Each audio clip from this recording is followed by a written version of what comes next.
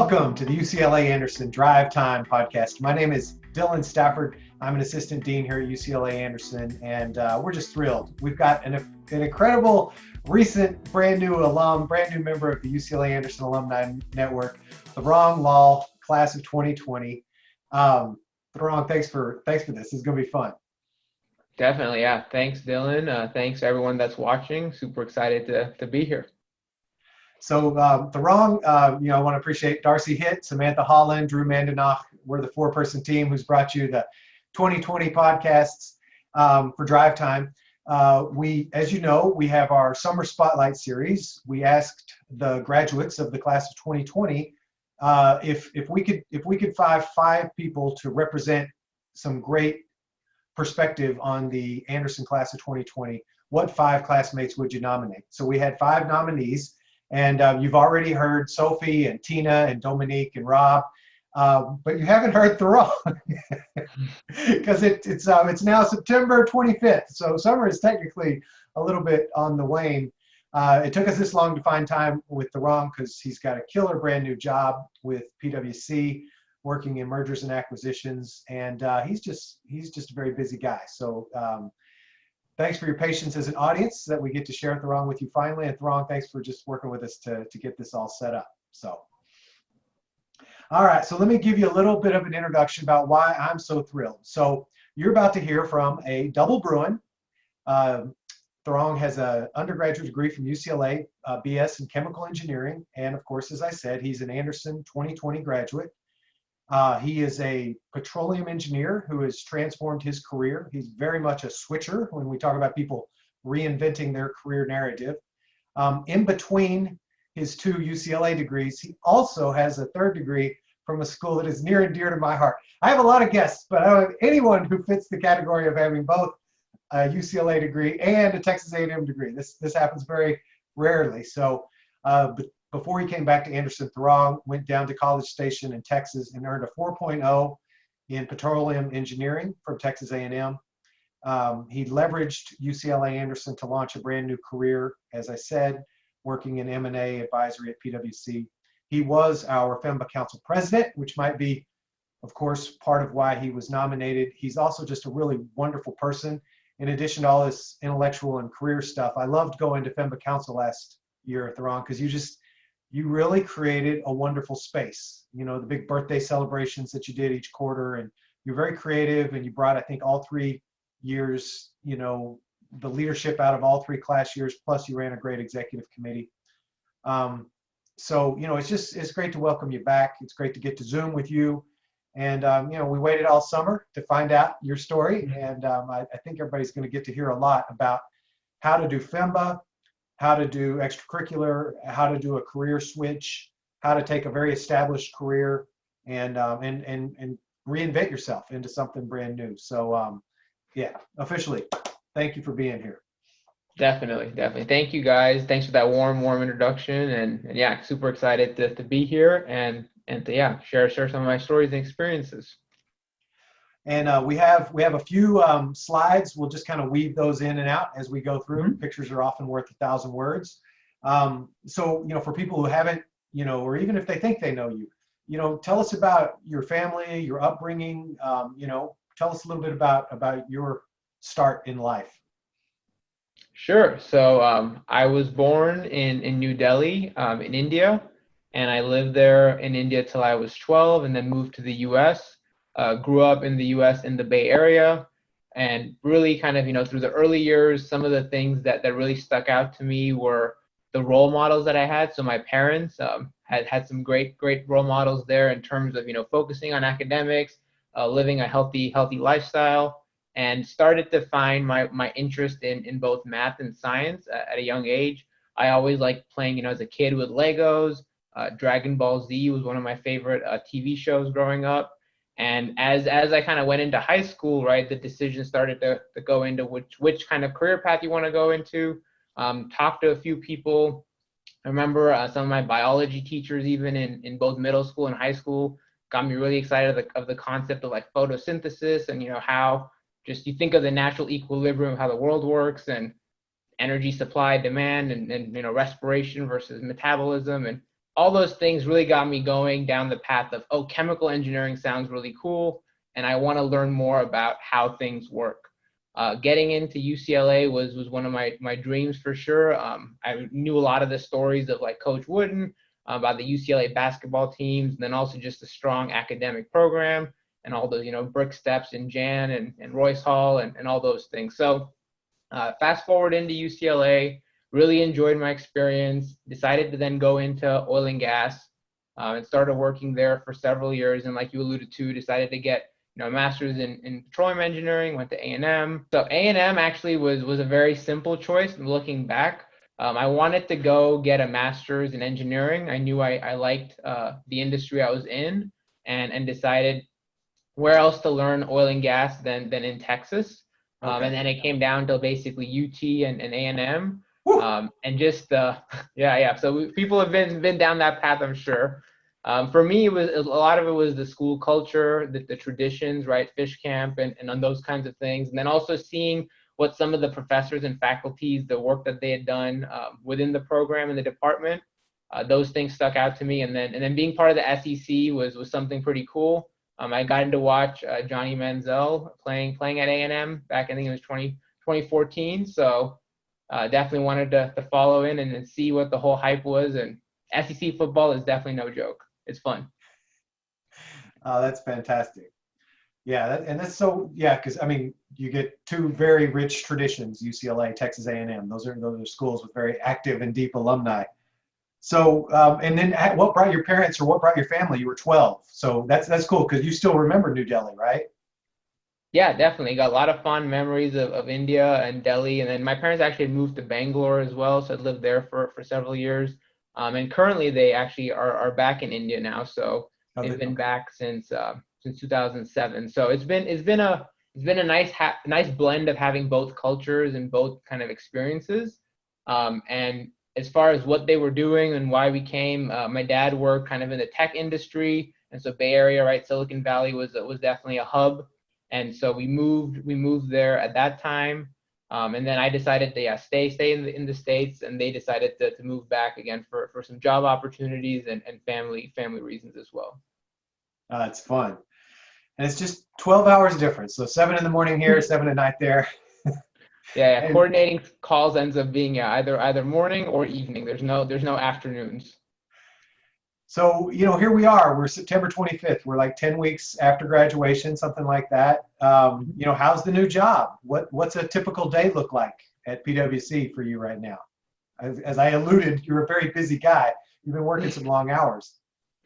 Yeah, there's definitely no 2 days are the same in consulting. Part of the reason I think anyone decides they want to get into consulting is they like the diversity of opportunities, the diversity of experiences, and kind of just the variety of clients that they interact with. And for me, it's been almost getting close to a year now, and it's been all those things. Definitely, it's been clients across different time zones. I'm working right now with a client in Asia. It's been clients working in different kind of spaces, different sizes. I work with Fortune 500 companies, also work with some private companies that are owned by private equity. It's been, working in healthcare, working in technology, so semiconductors, as well as some of the software, the big names that you might have heard of, some of the smaller names as well. So it's been a lot of fun, and the PwC people are really what kind of separates, I think, the experience for me.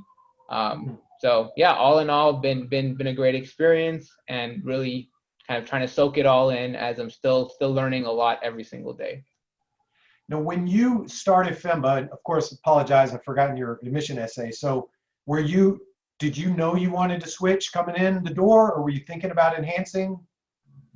Yeah, so coming in, I was definitely keeping myself open-minded. I was interested in both enhancing and switching, so it's kind of playing it by ear.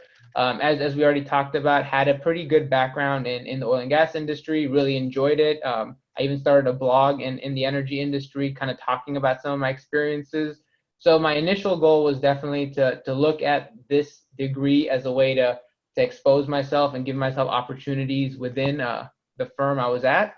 And then as I started going through the program, I started to realize that, I'm pretty deep and understand one area very well, But when you think of impact, when you think of the broader kind of what's the purpose, what am I trying to get out of the degree, getting involved even in some of the leadership opportunities at FEMBA and at UCLA, I decided I wanted to try to broaden my kind of window, and then started to look into the career switching with OCR and those things like that. So came in as an enhancer. That was part of what my essays were spoke about, but always had the goal kind of in the background that I wanted to have a broader impact, and that was a key reason why I wanted to get the MBA.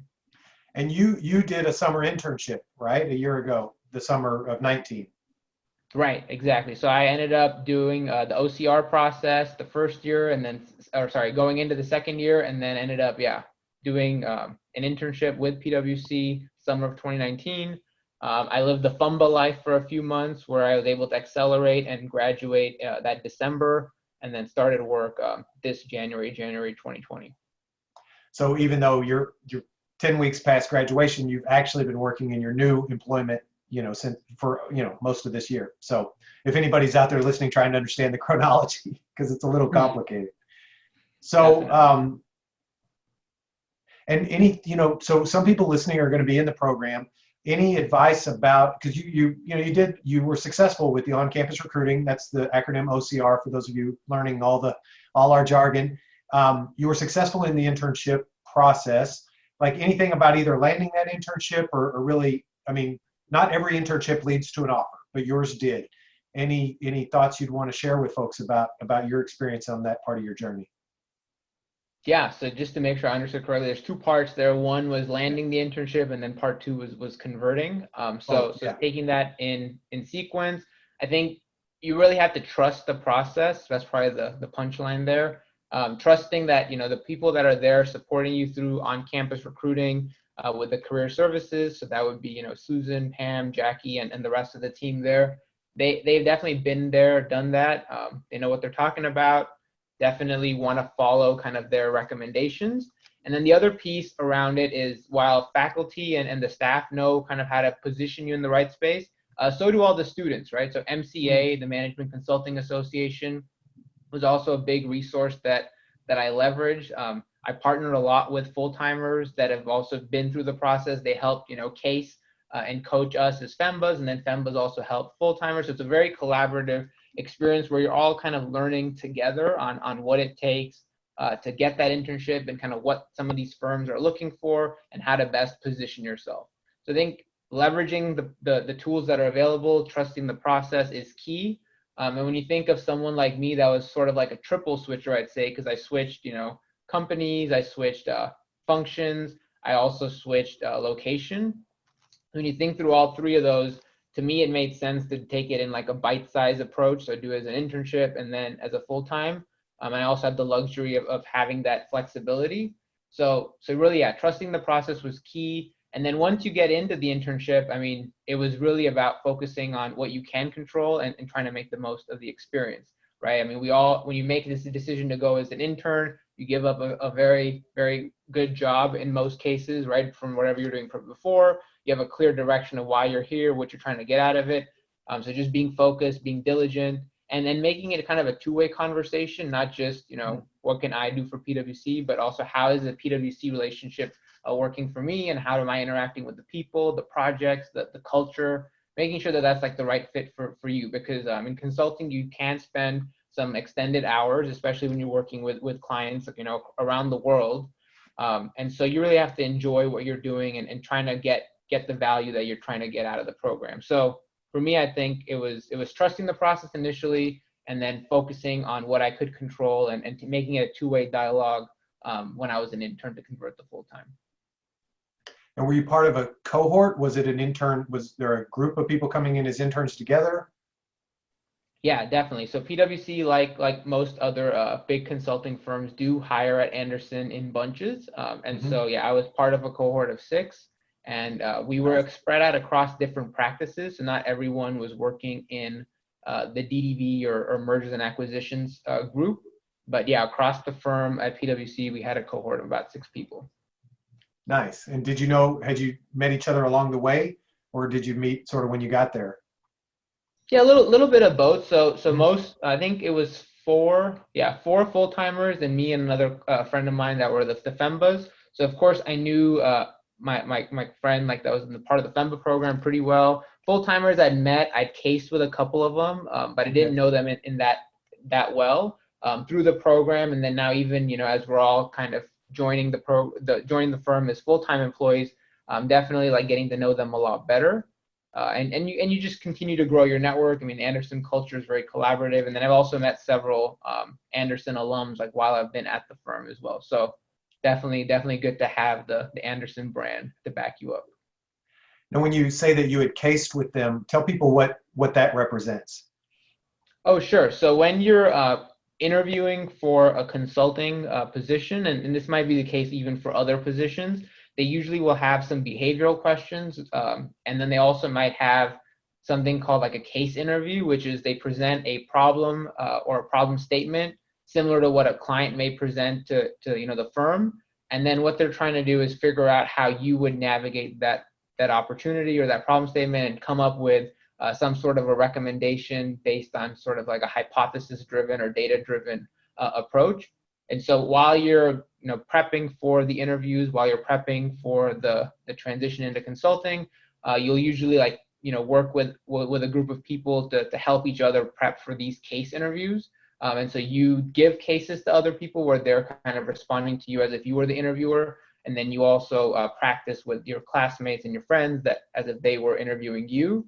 And it helps you get kind of both sides of the picture so you can see how other people are approaching a problem. You can also see where your strengths are, where maybe some areas that you got to focus on, and then you can leverage OCR to try to help you out with the Career Services Center. Thank you for that. And all of this gets, for those of you who are going to get your MBA or you're in the middle of it, this all gets, you kind of learn it as you go. But there's a process. It's almost like a courtship. How do these companies who have they can go to the top schools, they can hire the top people. How do they go about selecting people where they can both have the ability to be successful, just the baseline competency set, but also good chemistry and fit. So, it's an interesting journey. And, if you've got a couple of, engineering degrees, I think what I see for a lot of our STEM folks is that the MBA courtship is different than the engineering courtship. You're being evaluated maybe on a broader set of competencies that you bring to the table. So, it's everybody sort of learn, and you can read about it, but you have to get in there and do the interviews. Did you find that, did your why consulting story, did you have to practice a lot, or did it come pretty, was it easy to kind of build a storyline from, yes, I've done engineering and I've done it at a high level and I'm successful at that, but now I want something new. How did you have them see you as a great fit? Definitely, yeah. So my why for consulting kind of tied into the broader storyline that I was trying to craft for myself, and I'm continuing to work on, and that's really around the journey towards impact. And so when I thought about what I had done up until that point and kind of where things were at, it really had been more at an individual contributor role. When I thought about my career as an engineer, as you're given a project, you kind of focus on that project, and you're working with others, and you're doing some project management. But it's really more centric around like what you are doing as the individual in that organization. And it was great. I loved it. I enjoyed it a lot. Definitely like highly recommend it to anybody that wants to be an engineer. For me though, the next step in my journey was how do I make it a broader impact and also kind of get a more influential type of opportunity.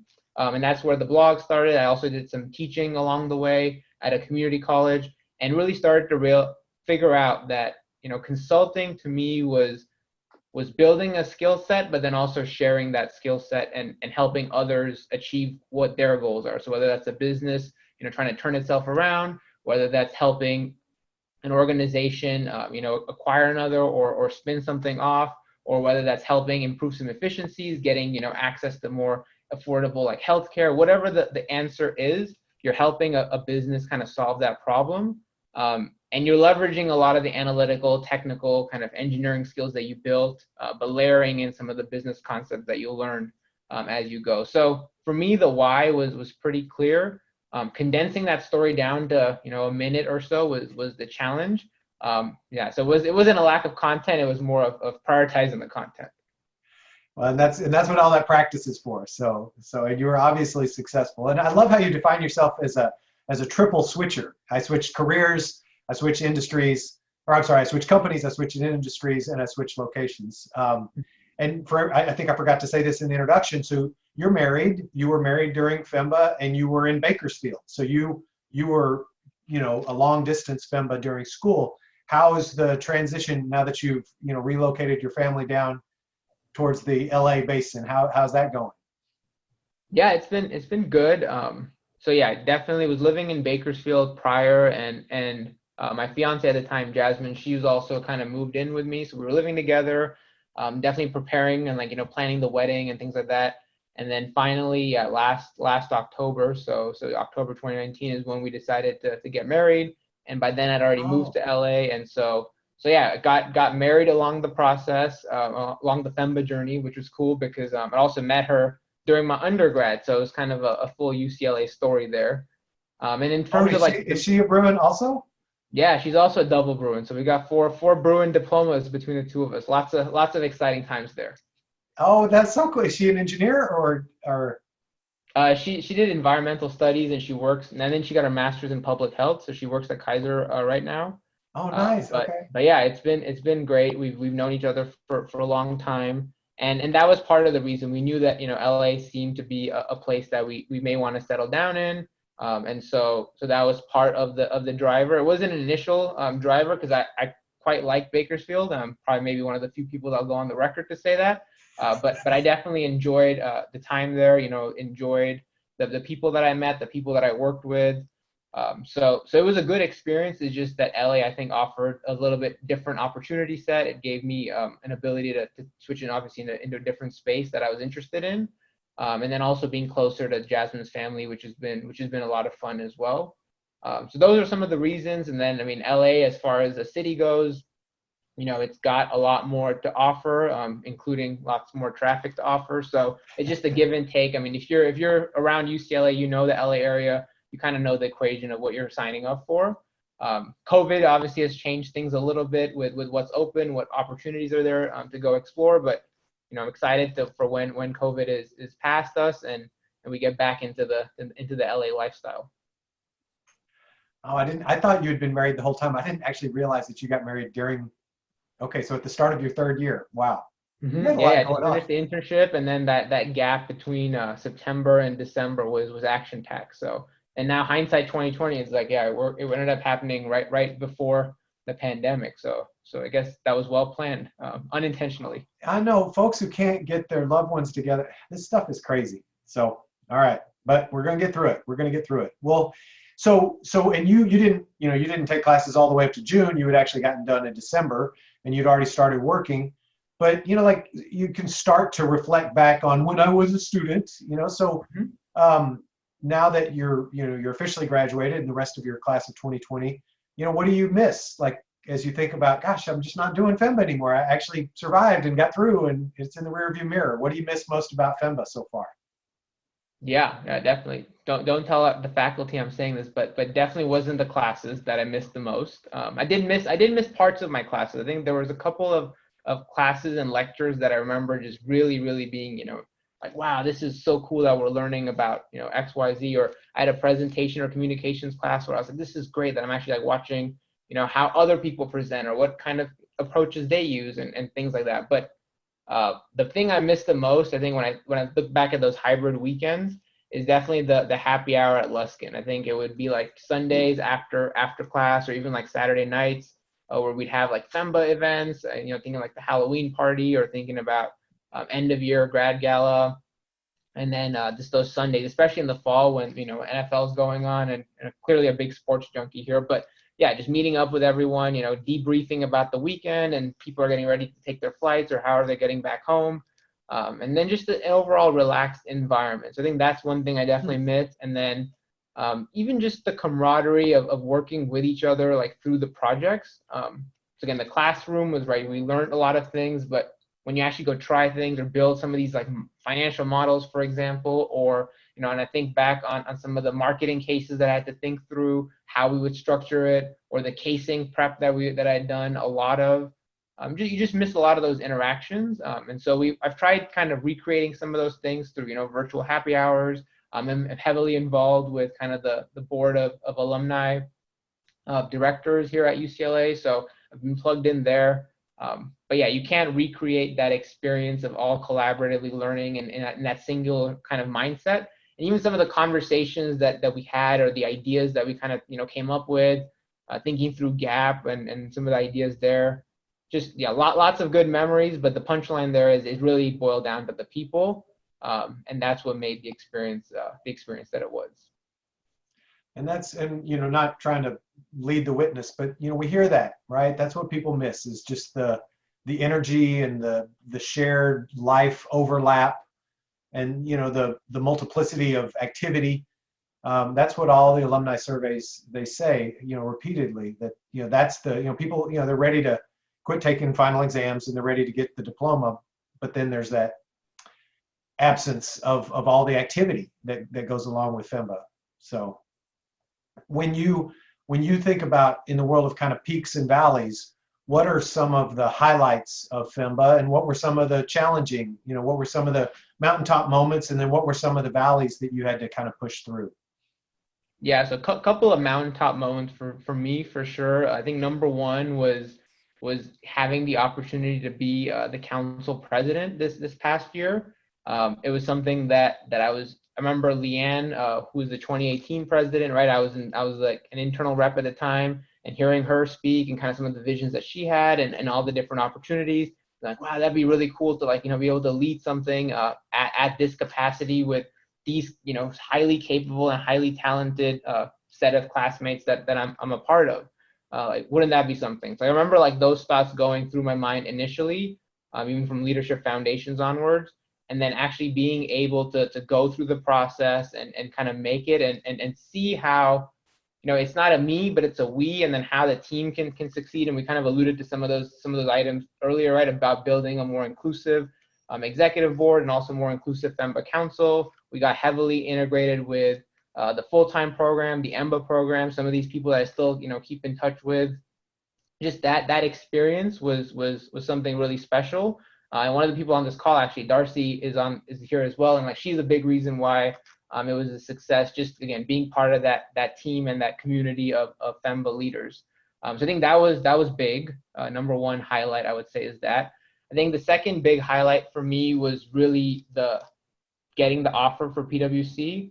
By the time we kind of had gone through the interview process, it was, you know, we'd all collectively as a class that was going through the recruiting journey, I put in a lot of hours, a lot of effort, a lot of long and late evenings. And so for me, that was a big peak, because it just kind of was like, okay, you set yourself out to this goal. I think I thought about it, you know, months ago, but finally got to where I needed to be, all the practice, and then finally seeing, okay, you know, I get the call from the partner, and it's like, all right, Tarang, like, you got the offer, and then being able to be like, yes, this is what I wanted to do, this is the offer I'm excited about, and then going out there and kind of delivering on it was a very gratifying experience. I think those two, FEMBA Council and the OCR recruiting journey being done, and with a success, right? So those are the two highlights. I think the low points, when I think back as far as the valleys go, definitely like going through the recruiting process was a challenge. There'd be days, you know, where I would work all day and then end up going in the evening to a recruiting event. You know, that would end by 10, and then I have to drive back. So then you got to factor in, right, Bakersfield, so 2 hours driving down, 2 hours coming up. So by the time I go back to bed and then repeat the next day, so there's a few weeks that were pretty rough there. So sleep was definitely optional, but you have to sleep enough because you want to be safe on the road. So that was definitely a challenging phase. Another challenging piece, I think, for me was just figuring out what I wanted to do while I was in the program. Like, what is that end goal when you think of career or even like personally? And so going again through that process, you know, being reflective, I spent definitely like more than a few moments trying to think, like, what do I want my career to be, or what kind of position do I want to aspire to get into? Do I want to continue in management route, or do I want to switch careers, et cetera, et cetera? I think some of those introspective moments were definitely like challenging because at the time you don't know what the right answer is, and then looking back you realize there is no wrong answer in some ways because the answer is whatever you make of it. So now it doesn't seem as daunting or as challenging, but at the time it felt like like the entire everything had to stop and you had to make this one decision before you can move forward. So I think those were some of the highs and some of the valleys. I love your phrase, journey of impact. Did that, I mean, that's a powerful phrase. Those are good words strung together. They paint a picture. Did that evolve? Was that a good artist borrow, great artist steal? Did you hear that from someone else?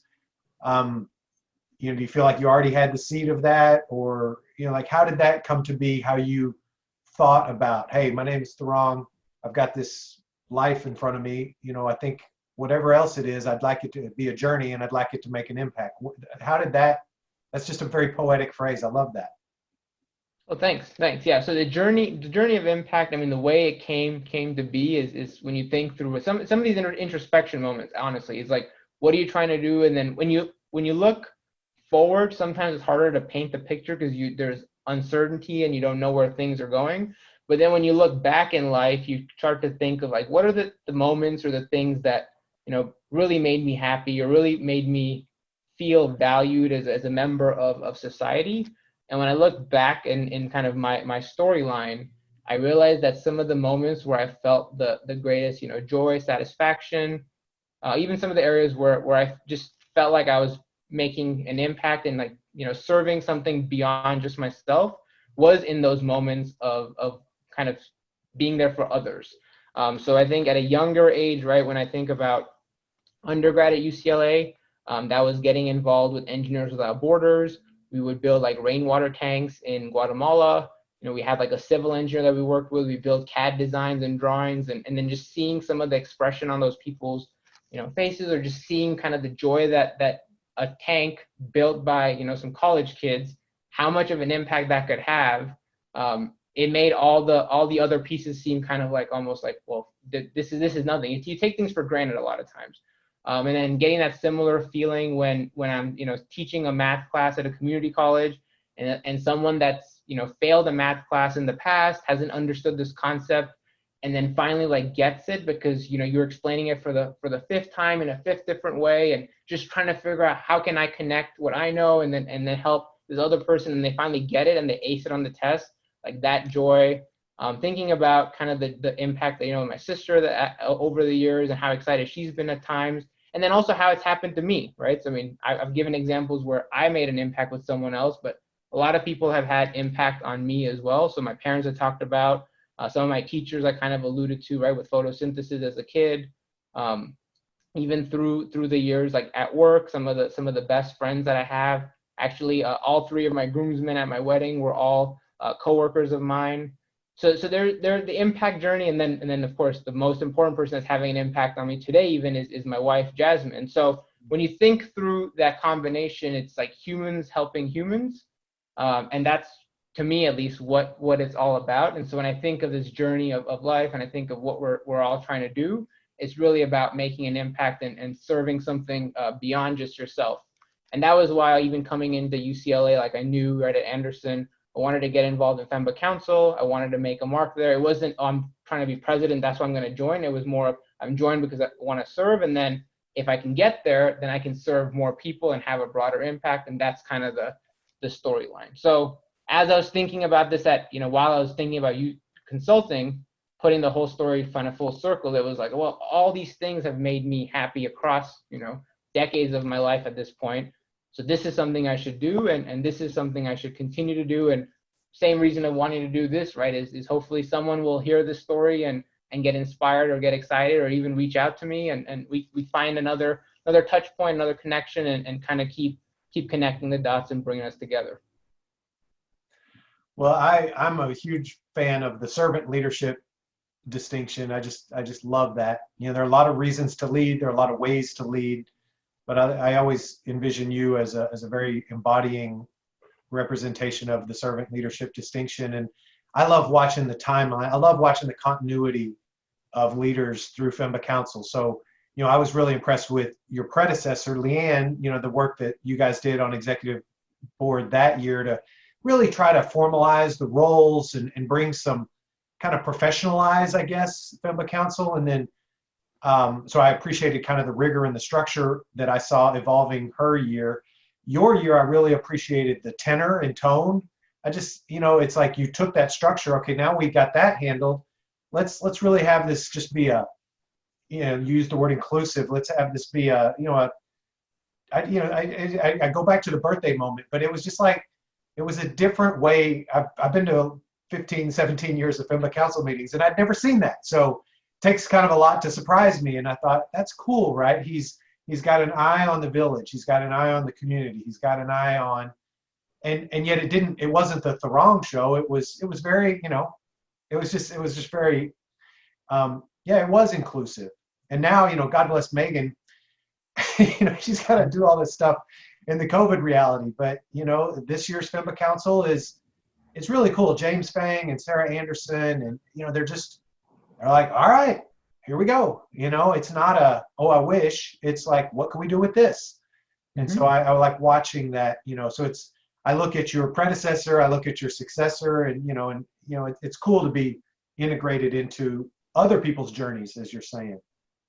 That's definitely great. I mean, and the goal we all have in common here is it's not about us like individually, like you said, it's about the collective spirit and the collective team, and what we can do to make the FEMBA brand, the FEMBA program, and UCLA Anderson as a whole stronger. Then that's something that we ought to do. And yeah, I think for me, a lot of it was around connection with the full-timers, with administration. We kind of had that transition into COVID, right? When we think about like February timeframe.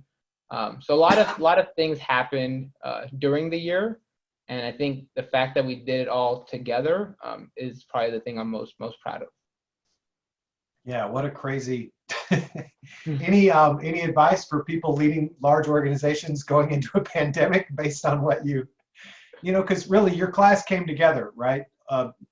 We had 10 days notice that spring quarter was going to be virtual, a virtual commencement, right? Like that was definitely crisis management. Any takeaways as you reflect back on, because we were asking you guys a lot, like help us make a plan. It's not like anybody had a rule book. We really were inventing it.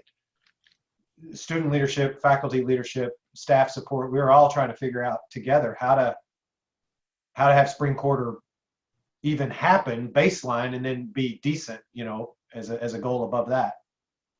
Yeah, definitely. I mean, I'm not going to claim expertise on this subject. I know there's probably people that are very qualified to answer this. Is actually, I think, an event that I was checking out at Anderson on October 8th, leadership in a crisis. So I'm actually planning on tuning into that to learn from myself.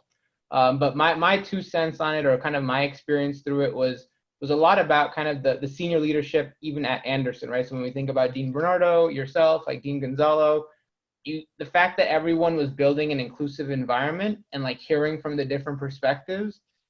We did the virtual town hall, which had, I think, attendance of 270 plus people across the FEMBA program, which was really, really strong. And so, and now looking at this as you alluded to what Sarah and Megan are doing in James, right? It's not oh man, it's kind of like, okay, how do we make the most out of this? And I think taking it in stride, finding kind of those hidden gems of now all of a sudden, right? People are saving all these hours on their commute. They don't have to navigate the 405. Well, that's value add in a different way. And then looking at ways to use technology such as Zoom to really make it more collaborative and immersive. So I think definitely like working together, being open-minded was another one, right? Not just more with the yes and versus the yes but. That was something, I think I picked it up actually with Professor Fox in Leadership Foundations, the yes and. So I think those were the two big pieces for me. And being willing to learn, right? So being open also included you being willing to learn and hear from other people, because collectively we have a very, very strong set of experiences, set of ways of approaching things that can be successful. And we've shown now, thinking a few months ahead now, we have delivered on a very quality program. We're continuing to do so. And then the next kind of generation of FEMBA leaders are helping partner with staff and faculty to continue to drive it forward. This next question may be a tiny bit out of sequence, but I'd love to hear about your global immersion experience. This is another thing that's on hold for COVID, but of course, it's going to come back. But let's see, you went to South Africa, and then tell us about your global immersion experience. Yeah, the global immersion experience was definitely something I wanted when I started the program. It was something I said, oh, like UCLA Anderson has a global immersion, like I want to do that. And so for me, it was definitely I'm doing this. And then South Africa actually was kind of I picked the country more than the exact topic. Like topic I was interested in, social entrepreneurship. Definitely like didn't know a lot about it at the time, know a lot more about it now. So I was excited. But really going to South Africa and then also like looking at a country from the business lens as opposed to like a tourism lens was also important to me. And so that's why I decided to do like an immersion as opposed to an exchange. So with that lens and that approach, yeah, the experience was fantastic. Not only are you surrounded by, a group of people that are all, high aspiring, high achieving FEMBAs such as yourself, but you're spread out across the different years. So I met some FEMBAs that were a year senior to me. I also met some full-time students, which were a year senior. I also met some of the MBAs. So like having a diverse group was pretty cool. And then another thing that I really appreciated was some of those experiences that we had that you only can have like as a group of MBA students. So for one of those is we got to meet like the French ambassador to the US. Which was pretty unique, and going to the actual embassy and seeing that and hearing from the speaker was pretty eye-opening. Similarly, we had an opportunity to like actually like see how wine is made and like go rent out basically the entire winery and hear from the owner about how they established and grew the business. That was a very unique experience. And then we also got to meet the CEO of a company called Pick and Pay, which is similar to like a Target or a Walmart in the US, and hearing how her and her family had kind of transcended through the apartheid and how they had really made an impact, not just, on the bottom line in terms of profitability, but also in terms of social equity, and seeing how those two could be, things that work together and one can lead to the other, not just, I have to donate money to different communities or nonprofits in order to kind of move the needle.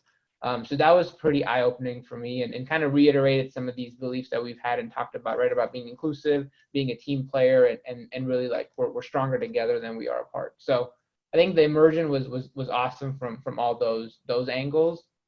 Good food as well. Did a little bit of tourism. So yeah, definitely highly encourage anyone that's on the fence. And my personal preference would definitely be pick the location you want to experience. Yeah. And the class, no matter what class you pick, will definitely have value that you'll be able to take from it. And did Jasmine go? This one was not with Jasmine. She wasn't able to make this trip. So I just ended up going by myself, which again, there's I think two ways to look at that. Going with your spouse can be exciting because you're trying things together. However, when you're part of like the educational piece of immersion, they do try to keep you separated from, people that are in the program versus like guests of the program. So like your spouse. So you have to be okay with that and kind of talk through that. In my opinion, I was like, you know what, I'd rather go with Jasmine when we can be fully tourists versus having to split time. So yeah, definitely interested in going back and revisiting some of those landmarks that we wanted to go check out. And then, you used an acronym earlier, I think people know, but you used FEMBA, Fully Unemployed MBA. So after your internship, you knew you were going to work for PwC, so you chose to just have some, time to, exhale a little bit. But you were also, somewhere in there, you were a TA for Dean Freixes, right? And didn't you go to, where did you go with him? Yeah, so with Dean Freixes, I was a TA for his France entrepreneurship and immersion class. Okay. So that was with the EMBA program. So I had a chance to go visit Paris on that trip, and that was another really great experience because similar to the immersion, right? We now learned about culture and business in France. We had an opportunity to go to some of the universities in Paris and hear from some of the professors. One cool lecture there was about like the how luxury items are branded, and I remember like taking away like tidbits there, which I still kind of reference every now and then around why does Rolex do what Rolex does? And, if you're the gold standard, you don't necessarily want to compare yourself to the peer group, but you want to compare yourself to like something much broader and deeper. So there was some cool experiences there as well. Definitely learned more about how business is conducted in France and what some of the similarities are and also some of the differences are when compared to the US. We learned about the tech entrepreneurship scene, again, in both countries, compare and contrast, and working and getting to know a group of MBA students now, because that one was a strictly MBA class. I was just the FEMBA TA. But that was another very different experience, and again, met a lot of new people and had a very, very positive and enriching experience. And then one definitely thing I want to add is Dean Gonzalo knows Paris like the back of his hand. He was kind of our tour guide at multiple points, really went above and beyond to make sure that the experience was very positive. So shout out to Dean Freixes for being a great professor for the class, but then also a great tour guide and just all inclusive, like knowledgeable person on Paris. Yes, I got to travel with him on the trip to Hong Kong, and yeah, we went to a couple of very nice meals. So he is a global world traveler. I think he speaks 4 or 5 languages, and he knows his way around fine dining. He is a wonderful person to travel with. Let's see, and then any reflections on your global access program, your capstone experience? Yeah, I think when I look back at Gap, probably the first thing I took away is again that reinforcement that the skills that you're learning at Anderson, the experiences that you have at Anderson, and even prior, they all can shape up, and the skills that you're building are very much relevant no matter what the context is, because it's the way you approach some of these business problems. So for example, we were working with a startup based out of Sweden, and they were selling custom hats. And I knew nothing about any of those areas, right? I didn't know much about entrepreneurship, never worked at a startup, didn't know much about the retail industry, specifically even the hat industry.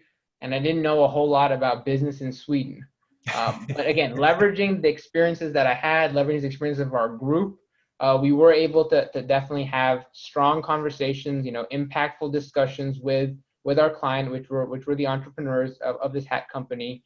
And we were able to make a recommendation that was backed with a lot of data and clear evidence of why they should and shouldn't make certain decisions. And so when I think back over the process, again, right, the way Gap is structured, it's structured for you to succeed. At the time, there's certain points where you're like, well, why am I doing all these, interviews, or why am I going to these different events or conferences that don't seem to pertain exactly to the key, questions I'm trying to answer. It's really about getting the background, getting the understanding. We met with the librarian as well and leverage some of the UCLA library resources, getting that full understanding, and then deep diving to their specific challenges. And their high level question was is it worth opening up a brick and mortar store in the US? And while you might initially say, well, that makes no sense because everyone's going into online, everyone's going digital, there is a case to be made for the brick and mortar. We just didn't think it was the right time, and the opportunity set wasn't quite there. Mm-hmm. And looking back now, I mean, it makes sense that they would stay online.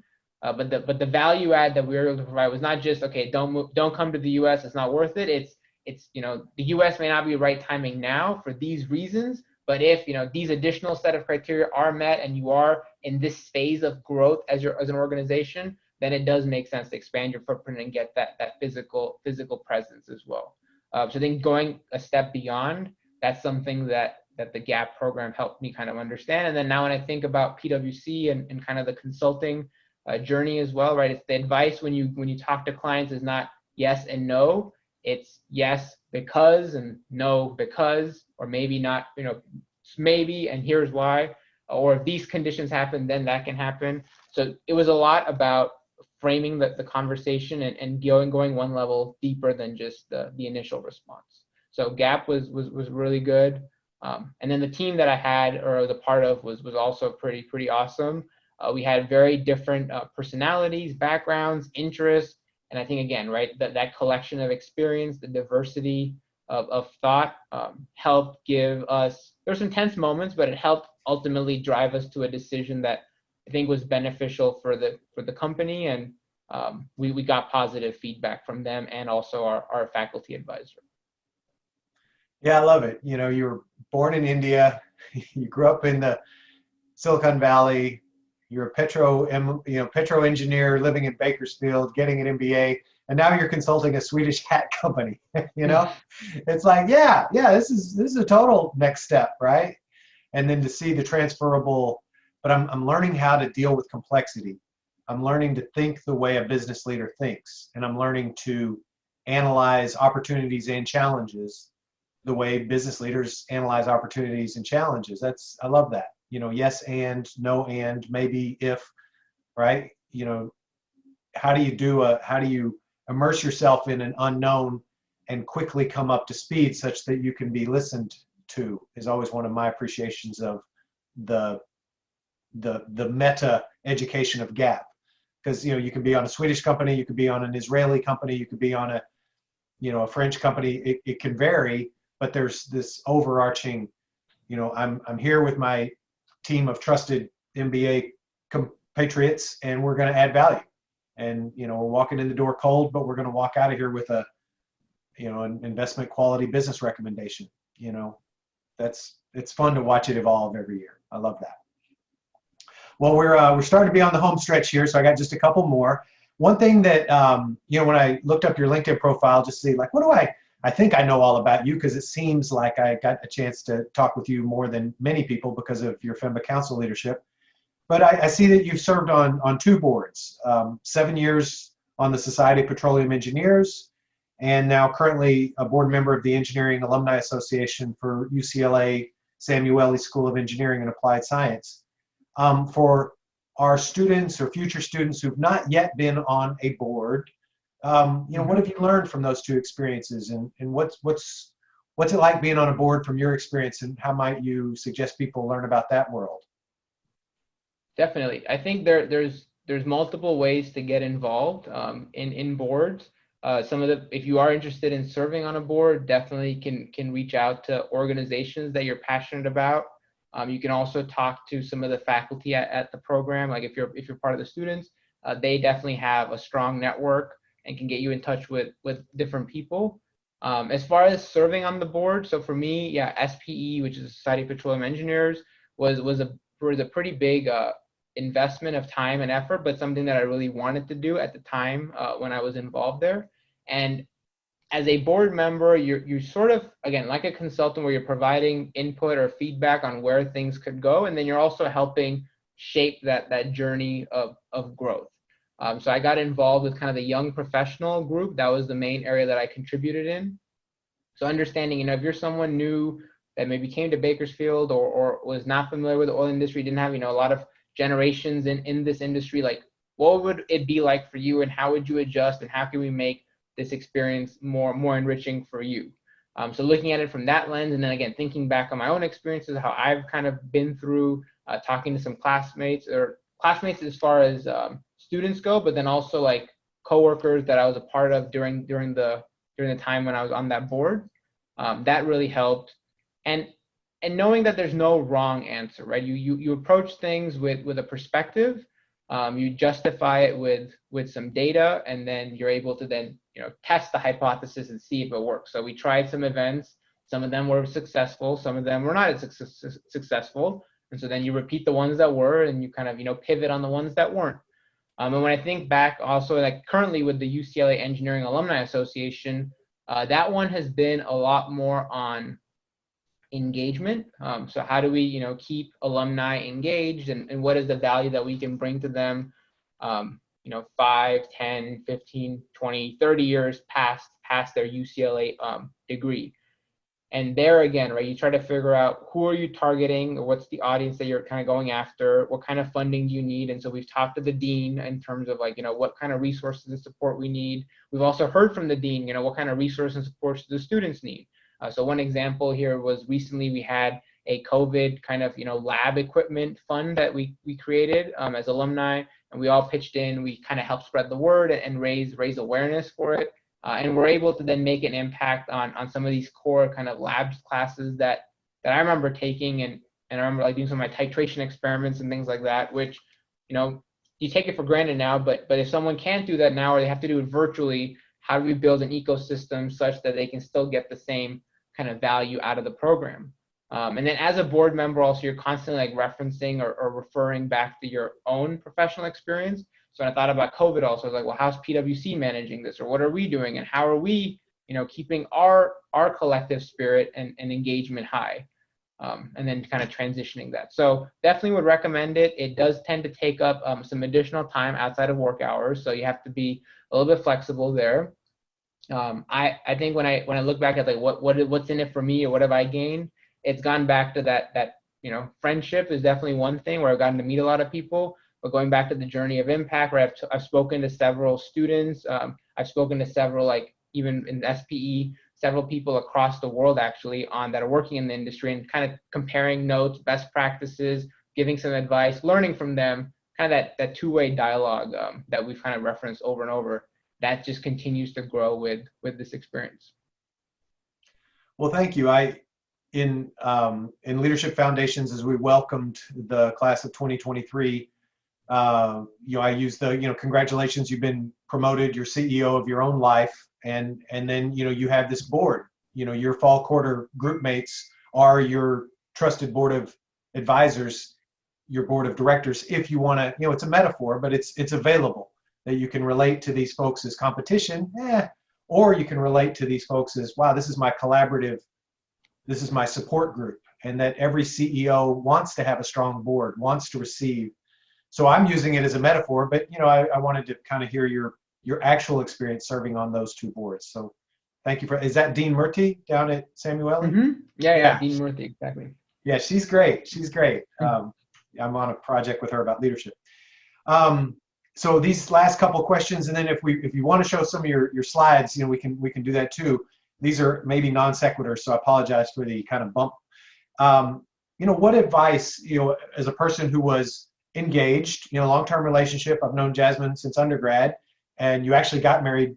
So for people who are married, going to get married, committed relation, have a committed other, any advice for making, because FEMBA takes a lot of time, bottom line, how do you maintain, and it doesn't have to be that sort of husband, wife, boyfriend, girlfriend, committed partner.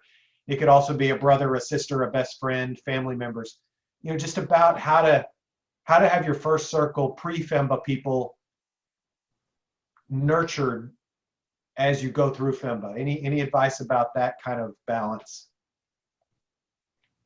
So communication was pretty key, and I learned that a little bit the hard way, to be honest there.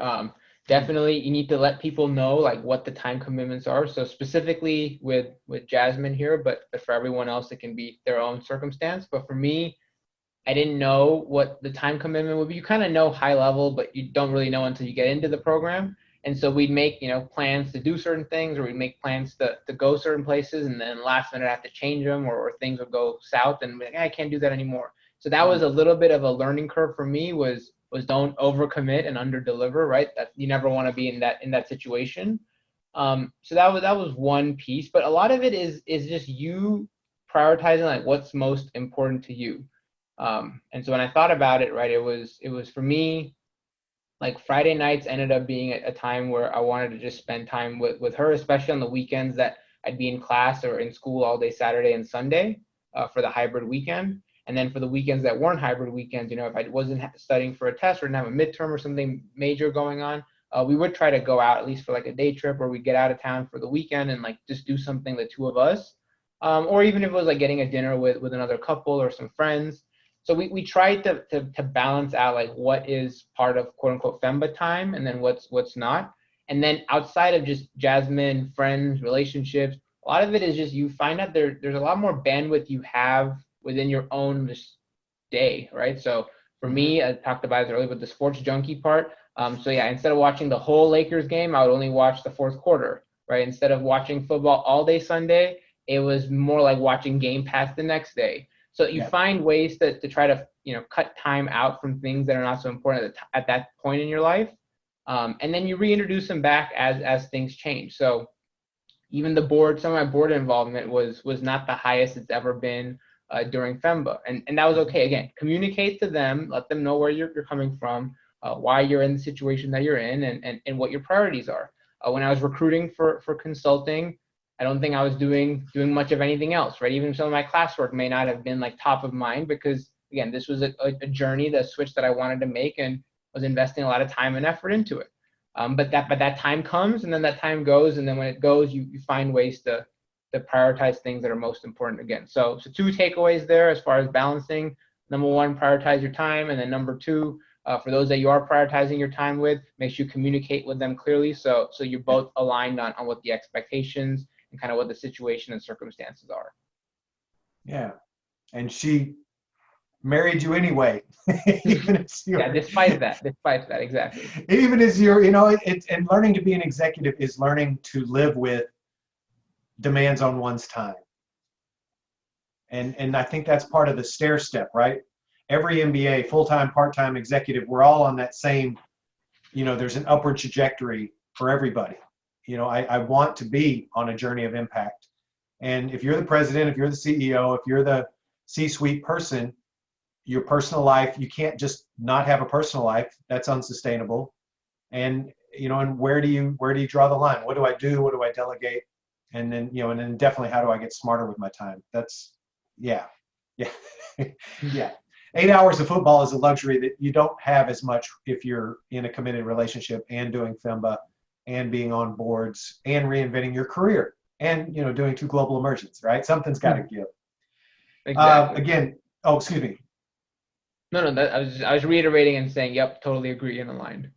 Okay, so this one's possibly also a non sequitur. The big question people ask, tell me about the ROI of FEMBA, right? And I always feel like a goof trying to answer that in a dean of admissions hat, because I think it's a very complicated question. But people ask it, so I want to ask you, as you now look at this, you've done it, you're going to, whatever your loan obligation is going to be, et cetera, right now, you got to pay that back. So here you are, you've gotten the degree, it's 3.5 months later. If someone asks you, well, what's the ROI on your Anderson MBA? What's there for you? How would you answer that question? Yep, I would answer it in 2 ways. One is the dollars and cents, which is probably what most people are interested in. And then the second one, which I think is more important to me right now as I've looked back a little bit longer term, is kind of the person that you are versus the person that you were. And there's a return there as well. So when you talk dollars and cents, I think right now I'm definitely in the negative, right? So when I look at the cost of time put in, the dollars spent, and then kind of where things are, the payback, all those things. The ROI is not good from a dollars and cent perspective, and definitely not good from a time perspective either. But when I look at what I'm trying to do, and I think about that again, that journey to impact and the journey of impact rather, and where I'm heading, right? So we talked about the triple switch. I would challenge anyone to be able to make a triple switch in the time period that I was able to without an MBA at the level that I was. So I think that's something that's pretty unique. I would also challenge someone to be able to find an opportunity to lead a group of very high achieving and very capable individuals that was FEMBA counsel in that time period. And I would also challenge people to be able to learn and, from not just the faculty group that's extremely distinguished at Anderson, but also the peer group, some of the conversations, the lessons learned. When we made the joke earlier, right? You're somebody that grew up in India, like lives in the Bay Area, advising a Swedish company about hats, having worked in oil and gas. So like those kinds of experiences is what really drives the ROI for me right now. And long term, I do think that even the dollars and cents are going to pay off. It's a belief that I have. It's something that I'm working towards. And as we all collectively build our careers, establish our careers, the opportunities that may be presented to me down the road would be different than if I didn't have the MBA. The network that I have is certainly different, right? Being a part of something like this is unique. So there's lots of ways to quantify the intangible piece of the ROI. And that's kind of the justification that I've used. But yeah, if you're looking strictly for the short-term gain, then an MBA, especially the FEMBA program, is probably not going to give you the ROI in an instant. But but I mean, think about some of the biggest companies in the world, right? Like your Amazon or your Apple and Microsoft, these tech companies, they didn't have a very great market cap right out of the get-go, but they continued inventing themselves, growing, building their capabilities, and kind of look at where they're at now. So I think it's a long run game. ROI for me is kind of measured on both tangible and intangible. I think the short-term value has been intangible, and then that intangible value is then going to help the tangible ROI down the road. And also, just to point out for people who are doing the back of the envelope, you also walk in as a double engineer with a 4.0 master's degree in, I remember when I was at A&M, everybody wanted to be a petroleum engineer because those were the high paying jobs, right? You also walked in the door with a high floor, right? So you're not going from 55,000 to 150,000 like, other people who have a different career trajectory could do. So, but I love how you're looking at it, but I also wanted to execute a triple switch. And, if I want to be a successful engineer and, retire with acreage outside of Bakersfield, I don't need to go to Anderson, right? Like, and you actually liked Bakersfield, right? So, I like to kind of frame it I like to frame it from an abundant point of view versus a scarcity point of view. And I want people to get their darn money's worth, because we are asking for six-figure investments from every single FEMBA who walks in the door. So, I want to answer the question with, information. We're starting to get the salary uptick from your class. Susan's given us the precept survey information. I think it's like a 37% bump. So it's not quite the bump that the class of 19 had with the 49% bump. But hey, we're in COVID times here. So, but I think she had I think the N was 212 or something. So, good substantive response rate and a good solid bump. So, my question back to people is, hey, if you've got a plan to have a 33% salary bump in 3 years without FEMBA, good on you, right? Most people aren't set up for that. And there's the immediacy of those 2.5 years, 3 years, and then there's the longer term gain. And, if you take the long-term slope of your life, if you raise it 1 degree, right, and then watch that build over time. And, and I watched someone like you who was so involved, with faculty, with students, with alumni. And I just know, you're going to have not only an increased slope, but you're also going to have those, I call them stair steps, those kind of wow MBA moments. And if Jasmine's happy being closer to her family, happy wife, happy life, there's a little bit of wisdom in that. Happy partner, it's not a gender limited phrase. Happy life partner, happy wife, happy life. So can't quite make it rhyme when you do it in a gender open way. But so, and then now this one again, non sequitur. You're a double Bruin, right? Your alma mater just got ranked the #1 public university in the world for the 4th year in a row. As a Bruin overall, not just limited to Anderson, what makes you most proud of being, one of the 540,000 alumni of UCLA? What are you most proud of as a Bruin out there in the world?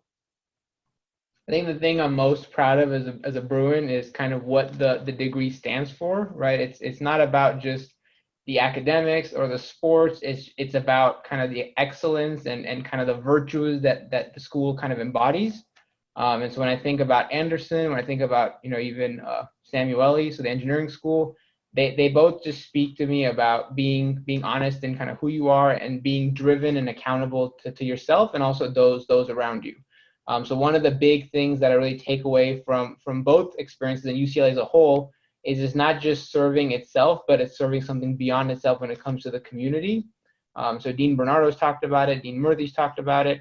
As both, as an undergrad at UCLA, I talked about the Engineering Without Borders experiences. Yeah. I was also part of the California Teach program, where I would actually go to a middle school off of Santa Monica Boulevard and go there twice in a week and kind of help again, be like kind of the teacher's assistant, trying to see how that classroom environment really developed. So that was then. When I think about the FEMBA experience, I volunteered with Grid Solar, part of EMG, the Energy Management Group, where we install like solar panels on rooftops. I was involved a lot with some of the cross-campus collaborations that we also were doing with Dean Bernardo.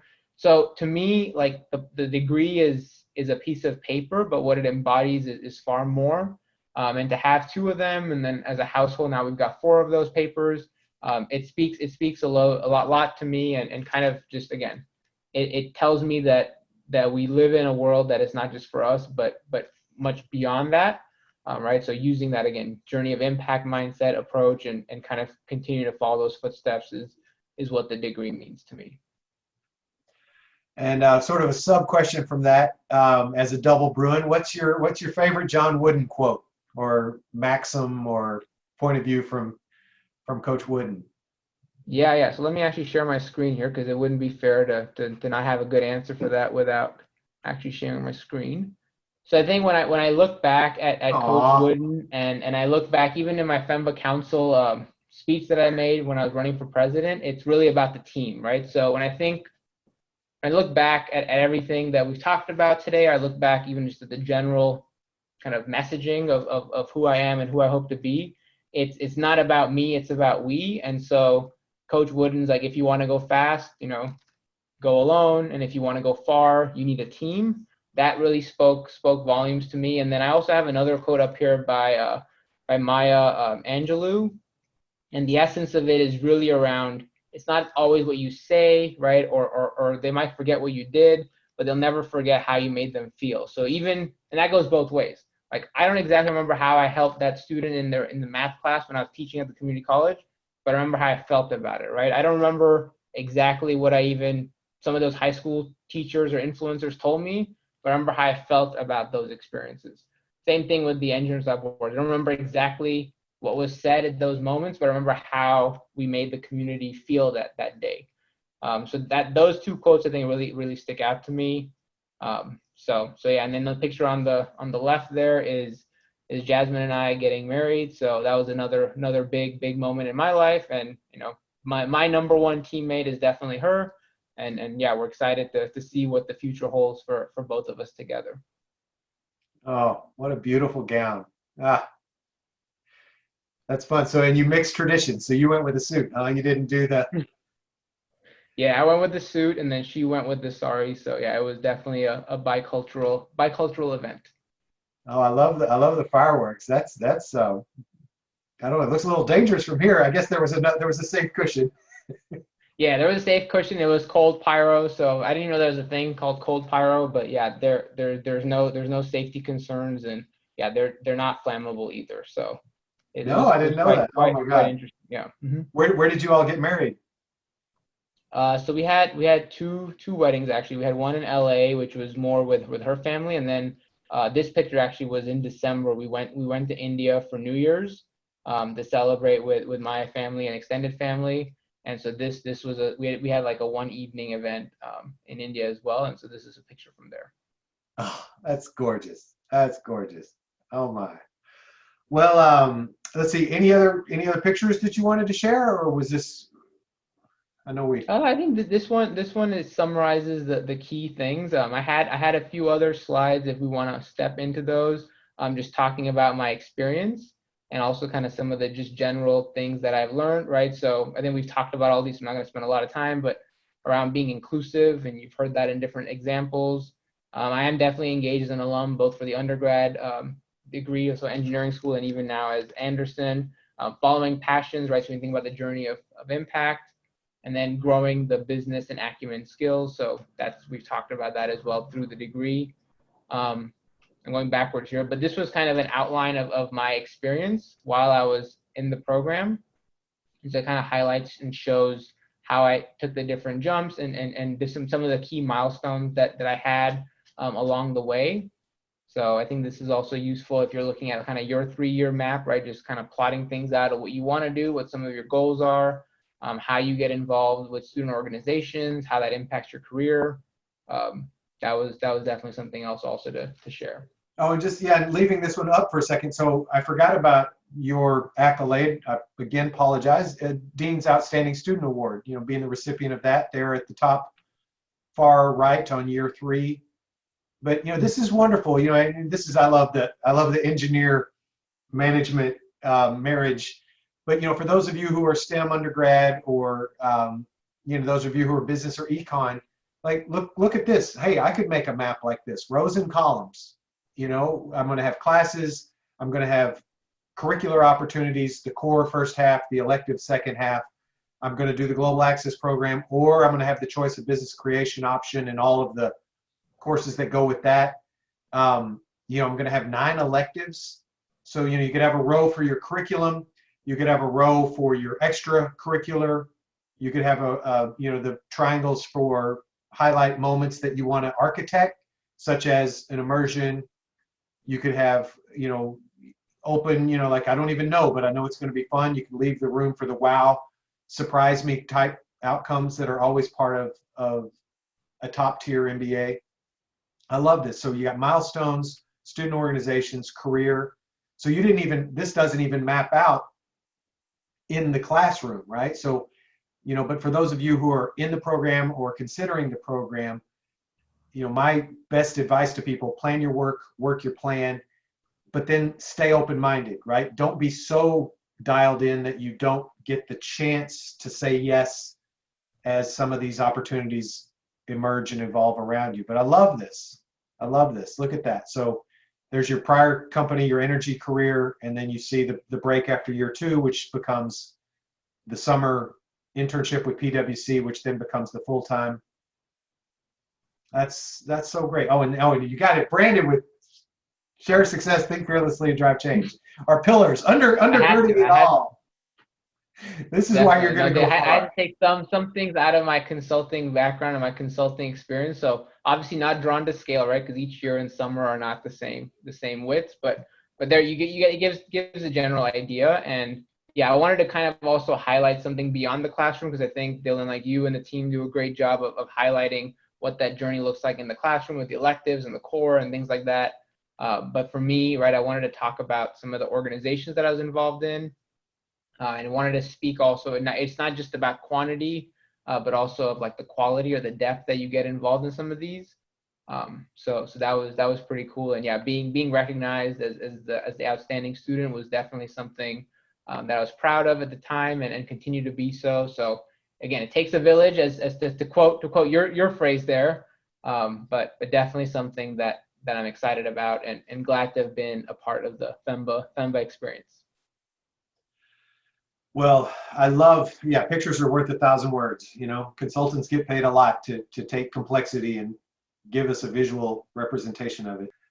Well, I've got my next to the last question is, tell us a favorite productivity hack. And then the last question will really be, parting remarks, thoughts that you'd like to share. But, I'm a sucker for tips and tricks. So anything that is working for you personally, professionally, like a productivity hack that maybe you've developed even during COVID, possibly here recently. So what's working for you? Yeah, a couple of things that work well for me. One is I think you already alluded to it, right? So you plan the work and then work the plan. So then that's key. So taking a moment to think about what it is you're trying to get done, or what the time blocks are for the certain things that you need to do, and then actually trying to execute it to the best of your ability. Things will always come up. There'll be distractions or different priorities that emerge. So being flexible a little bit is also, I think, key, because there have been times where sometimes I get so stressed about the fact that I wasn't able to execute my plan that I spend so much time stressing that I could have just made up for it or caught up for it, right?